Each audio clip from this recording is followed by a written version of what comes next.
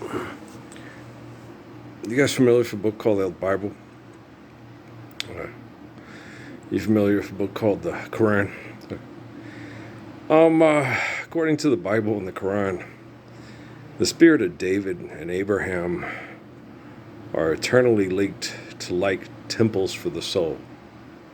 They were till the end of time and beyond, because they are such perfect people. There will always be a temple, for the soul of David and Abraham, of Muhammad and Jesus. There'll always be that cultivated body and brain, that is capable of being the temple for the soul of King David and Father Abraham, Melchizedek. Do you understand? So you guys got to understand that this is based on science. This isn't based on fantasy. This isn't based on alternate realities. This isn't based on the Lazarus Project. Now, when you watch these automobile commercials, you got to understand these people are in the business, of genocide. Automobile makers, get out and get away from it all. The adventure starts here. If this was in Hollywood, but now that you've got your car, you can go out and do better than Hollywood in your car.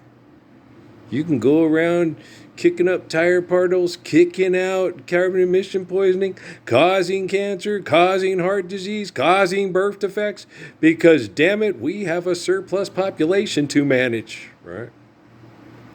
So, the little girls tonight on this Channel 7 News in El Paso, they had 3 little girls that got their bachelor's. So one was 19, one was 18, and they didn't say I didn't hear what they said what the other one's age was. But that's very young, for getting your bachelor's degree. Most people get their bachelor's degree at about the age of 22, 21 to 22. So 18, 19, that's a fast burner. It's not as smart as Sheldon, but it's, you're getting into the Wallowitz and Hofstadter zone. You're getting that smart.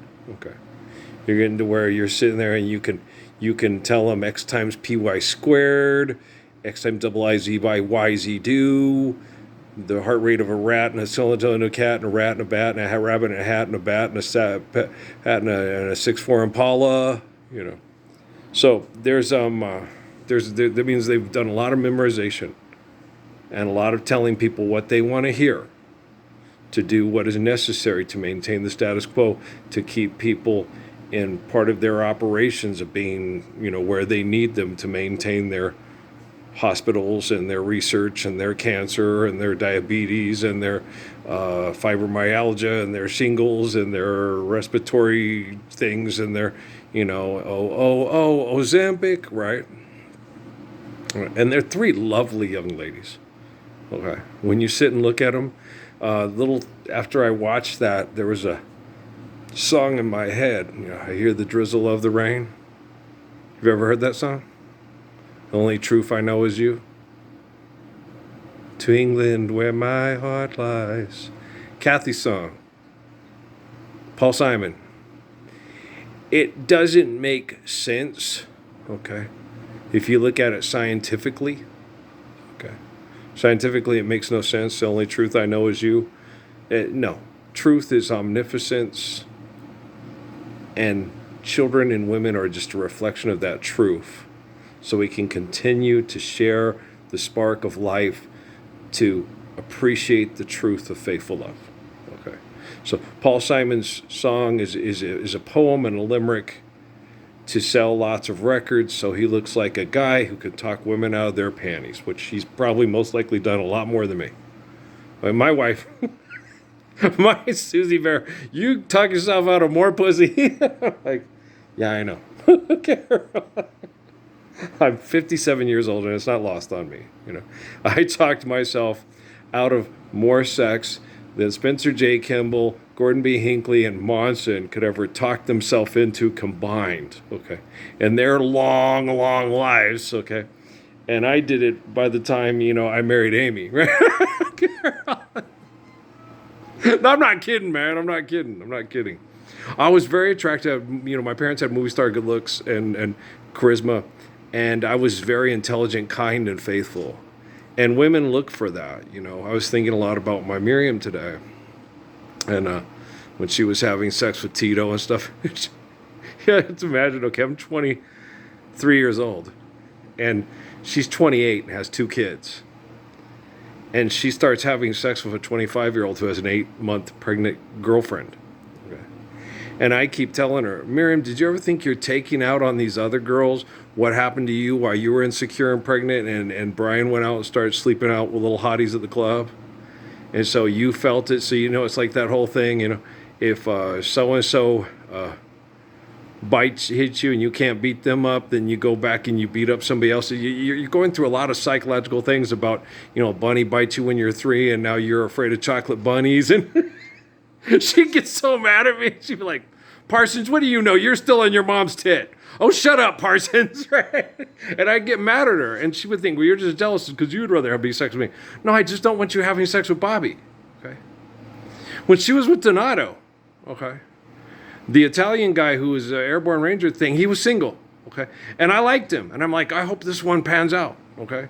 And then when we stayed over, he made us meatball subs, right? And I did the same thing to him that I did with young man Arab Bottom, and his wife always used to laugh at me, the cute little Filipino couple at the kitchen. I'd proposed marriage because he's the best cook I ever knew. And she would laugh and she goes, that's why I married him, right? And so Donato, I said, Donato, what? He goes, we've got to get married. Why? Because it'll be the perfect marriage. We'll get all our benefits. We'll be able to live off base.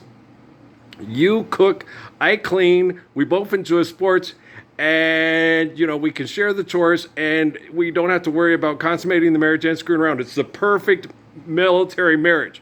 And Miriam's like, Ralph, you're crazy. And Donato's like, no, man, this is like the perfect bachelor military marriage in the history of the world. This has merit. This is better than, this was before we pronounced you Chuck and Larry, right? Or whatever the Kevin James, Adam Sandler movie. And Donato's laughing his ass off going, this is funny. This guy's got a point. He's like, are you sure you weren't going to get married? I'm like, I'm just joking. I was joking.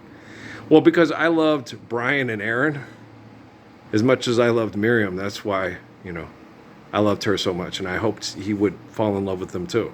It didn't happen, and she married another man.